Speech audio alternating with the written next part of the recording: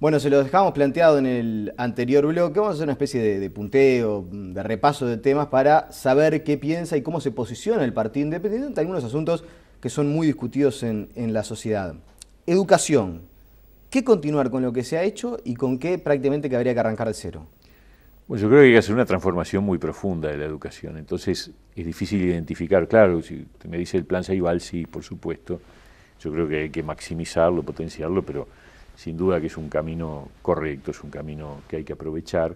Las escuelas de tiempo completo hay que multiplicarlas, hay que, digamos, continuar con la universalización del preescolar, y después hay que cambiar mucho. Hay que cambiar el modelo de gestión de los centros educativos, hay que darle más libertad y más autonomía a los directores, hay que erradicar los docentes con todas sus horas en un solo lugar, generar comunidades educativas.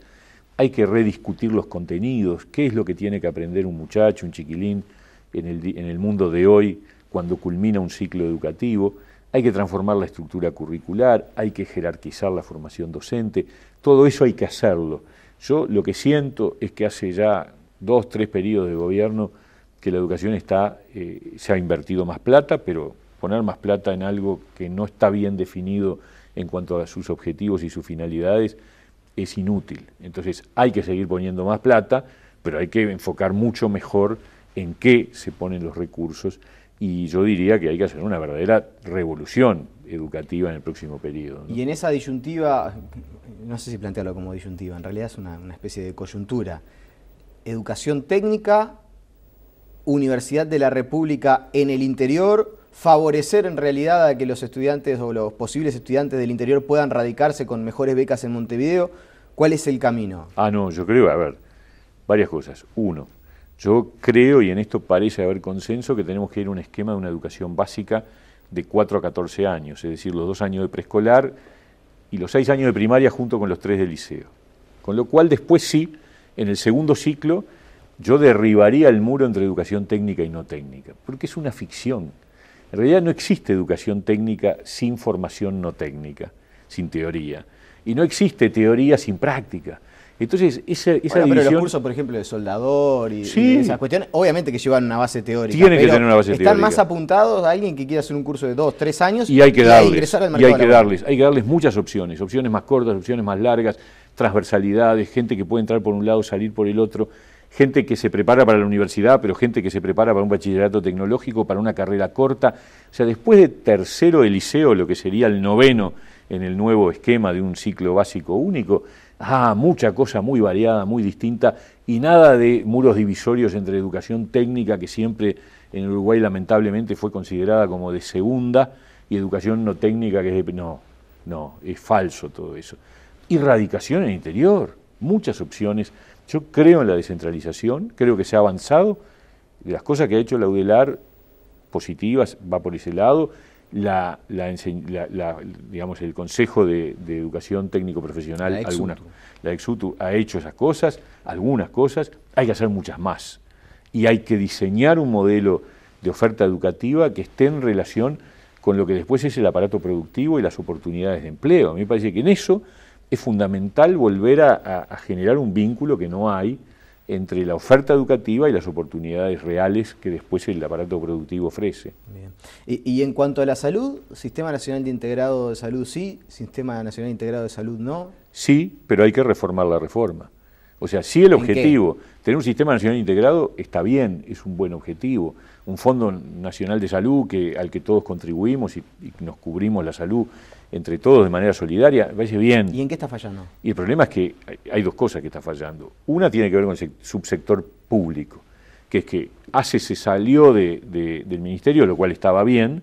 Los prestadores de los servicios tienen que estar lejos del ministerio, que es el que regula y controla a los prestadores, pero no se hizo la transformación interna de ACE.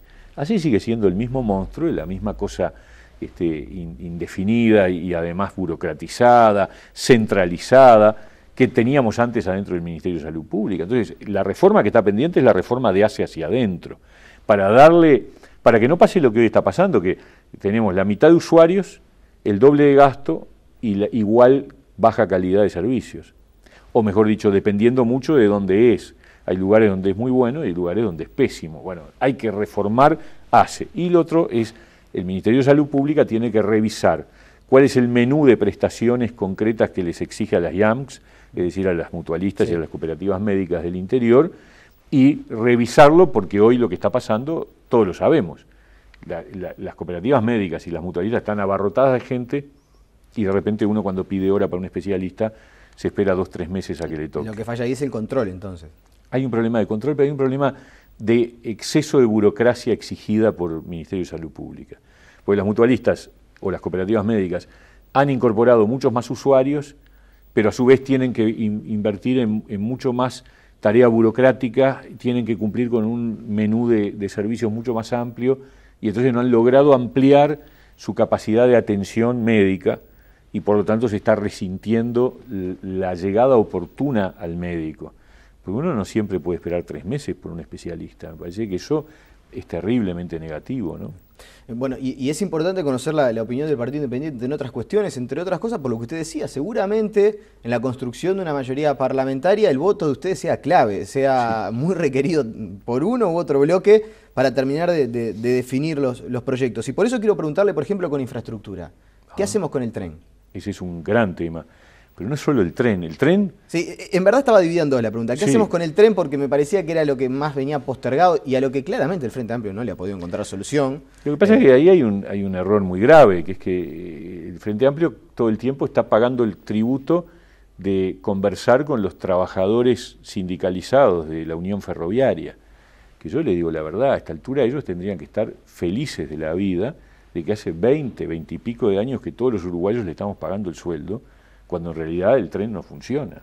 Entonces, hagamos la transformación de una vez por todas, pongamos a andar algunas cosas, porque también quiero decir, una reforma ferroviaria, poner a andar el tren nuevamente en nuestro país de manera significativa, no es la solución final, porque hay mucha producción que no funcionaría con el tren, porque es más caro sacar la producción, subirla a un camión, llevarla hasta la estación, bajarla al tren, luego hacer lo mismo. No, acá el tema es vamos a seguir necesitando transporte carretero de manera importante, y ahí viene el otro gran déficit que es brutal, porque uno recorre... Bueno, esa era la segunda parte de la pregunta, ¿cómo nos ponemos al día con las carreteras?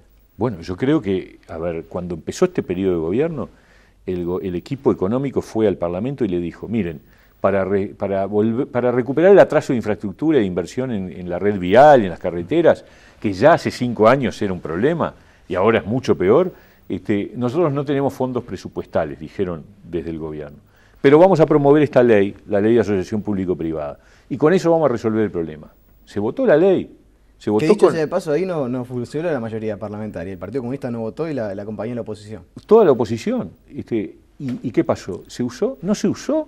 Hace 3 años que tenemos esa ley y lo único que se ha licitado es una cárcel, ni 1 kilómetro de ruta. Es una vergüenza lo que ha pasado. El atraso de infraestructura de este país es vergonzoso. El propio Vázquez, que trata de disimular todos los errores y que todo le parece bien, ha dicho, pues claro, está recorriendo el país, se dio cuenta, ¿no? Hace 5 años capaz que no recorría, pero ahora que pasa por ahí se encuentra con que, hay trazados que son increíbles, un cráter al lado de otro.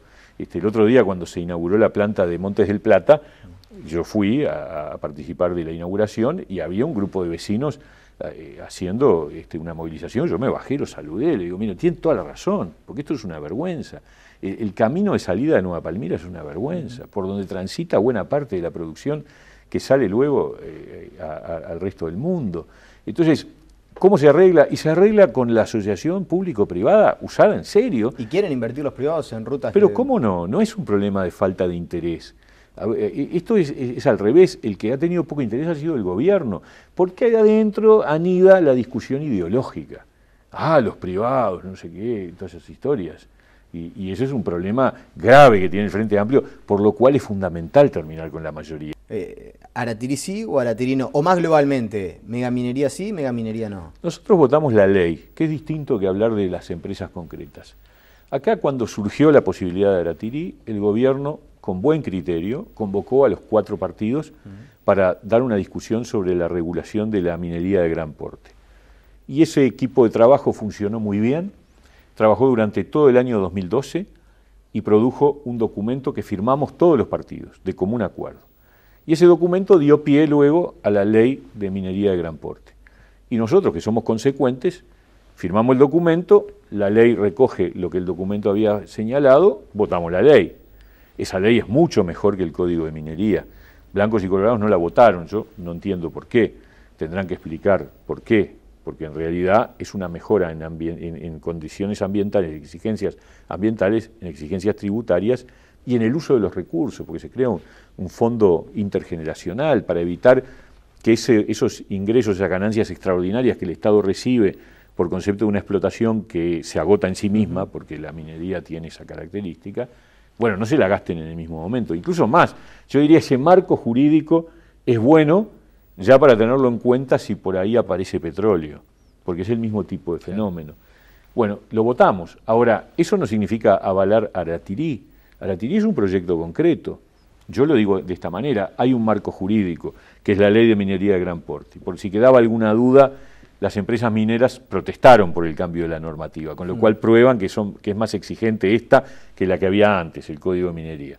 Ahora, Aratirí, si quiere funcionar, tendrá que cumplir con la ley y someterse a las exigencias ambientales, y lo que sí nosotros le vamos a exigir al gobierno es que no le apruebe las cosas así nomás, que el contrato sea público, que la autorización ambiental esté, etcétera, etcétera, ¿no? Bien, la última, porque también ha sido un tema de debate en la campaña. ¿Qué hacemos con Alur? Bueno, yo creo que ese es un gran pendiente de discusión, porque la impresión que yo tengo es que hay un nivel de subsidio extremado y que ahora con esta realidad de que ANCAP tiene un balance deficitario tan importante, se pone al rojo vivo. Porque, por ejemplo, ¿por qué ANCAP le compra a Alur digamos, el biocombustible a un valor 50% más alto que el que podría comprar en el exterior? Porque yo entiendo que se lo compre a Alur, pero por lo menos al mismo precio. En otras áreas de ANCAP, por ejemplo en los alcoholes, en los aceites, ANCAP le compra a Duxa el aceite un 10% por debajo del valor de mercado. Porque es lógico, es una empresa que es propiedad de ANCAP. ¿Por qué ANCAP va a tener que pagar un sobreprecio? Pero a Alur le paga un sobreprecio. ¿Y por qué le paga un sobreprecio? Porque lo está subsidiando. Y yo he estado en Bella Unión y el tratamiento que hay con los productores de caña de azúcar depende de quienes sean. Los que ha prohijado Alur tienen un tratamiento especial. Los viejos productores de caña de azúcar les exigen cada vez más cosas y los están radiando porque los quieren sacar para afuera. Entonces acá atrás hay como una especie de operación política muy ideologizada, que a mí me parece que vamos a tener que analizar muy en profundidad en el próximo periodo de gobierno. Pablo Miere, le agradecemos su presencia esta noche y seguramente no va a faltar oportunidad de que lo volvamos a tener por aquí en estudios. No, un gusto grande, encantado. Hacemos la pausa y enseguida de la misma el ministro de Defensa Nacional, Eleuterio Fernández Huidobro, con todos ustedes.